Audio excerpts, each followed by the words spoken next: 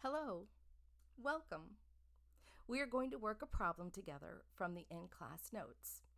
This video is made assuming that you have already mastered one-dimensional motion and that you have been introduced to two-dimensional motion in class, both the equations and the concept. The best way to use this video is to watch and pause at certain points and see if you can answer the question yourself. The video is very similar to how we work problems in class. I will lead you to a point and then I'll ask you to think about what comes next. Please pause the video and do that good thinking. It will speed up your mastery of the material.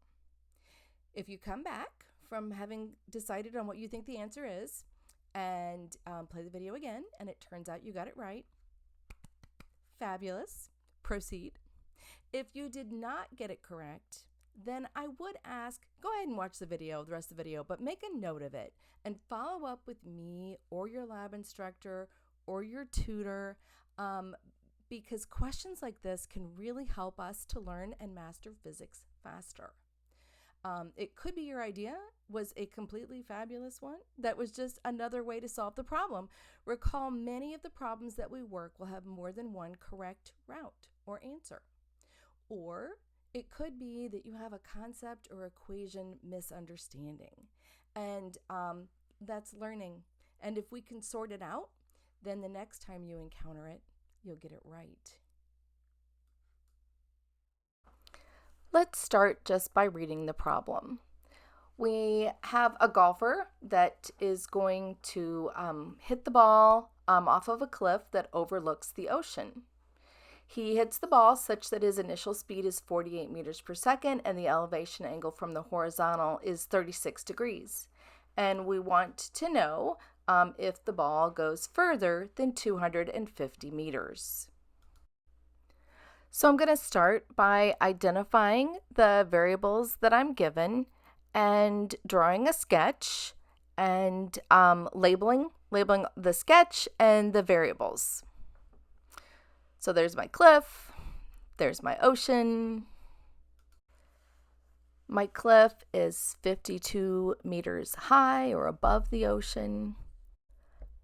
I will sketch my initial velocity vector in there. I will note that initial velocity or initial speed is 48 meters per second. And I will label the angle that the ball is hit, which is 36 degrees above the horizontal in this case. I'm going to label that as theta. All right, now I will sketch the projectile, note it should be a parabola, and label what I'm looking for, and that is the horizontal distance, right? His bet is whether it could go a certain horizontal distance. So I am looking for delta x, so I want to identify that. Let's place our origin next.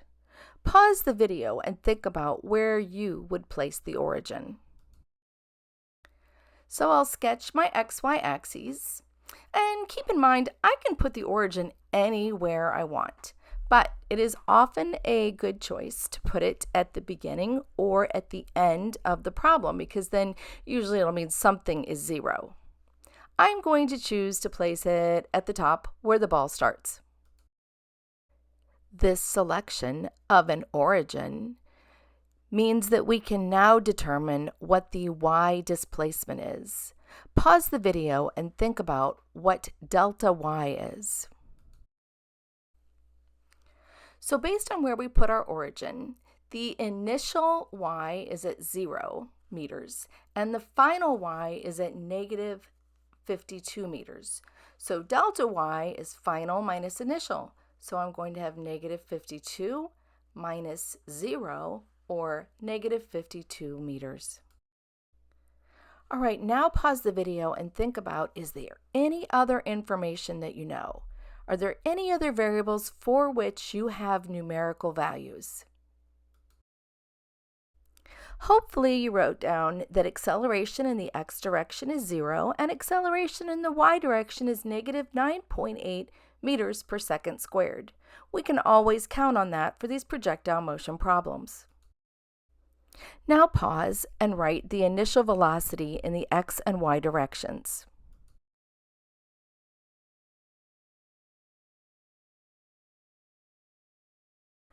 All right, so in this first part of this problem, I'm looking for delta x, or is also called the range. So which equation should we use to solve for delta x?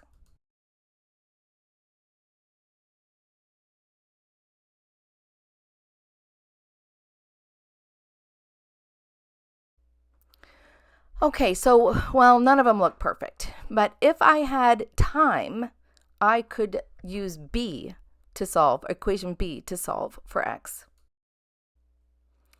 All right, so how could we get time?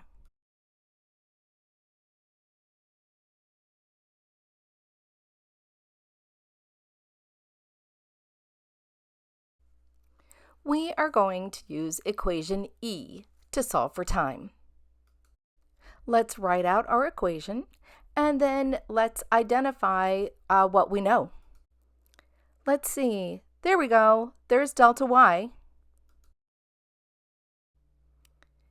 And we've already calculated v naught y earlier. And we identified acceleration in the y direction as negative 9.8 meters per second squared earlier in the problem. We will substitute in our knowns, solve for t. We will identify, because there's a t squared, a t, and a number with no t, that we're going to need to use the quadratic formula. Once we do that, we will see that one of the two roots is negative. We will eliminate that, and we have our time. Now we are ready to go back and use equation B to solve for the displacement in the x direction.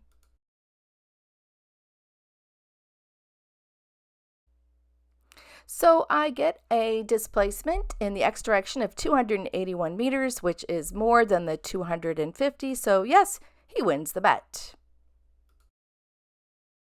All right, so that was parts A and B. Now we're going to do part C. What is the maximum height above the ocean? Okay, I'm just going to mark on my picture where that is. So I marked that with the blue star. And so what this question is asking is that blue line that I drew in there, what is the maximum height above the ocean?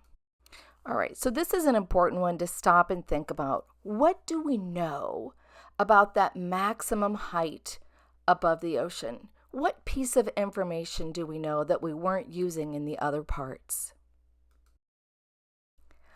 I hope that you said this is when Vy equals 0. Now, the velocity doesn't equal 0, and the initial velocity doesn't equal 0. This is Vy equals 0 at the max height. All right, and we're going to go look at our equations again and see, is there an equation that allows us, especially with that velocity in the y direction now that we know that that's 0, is there an equation that allows us to solve for delta y?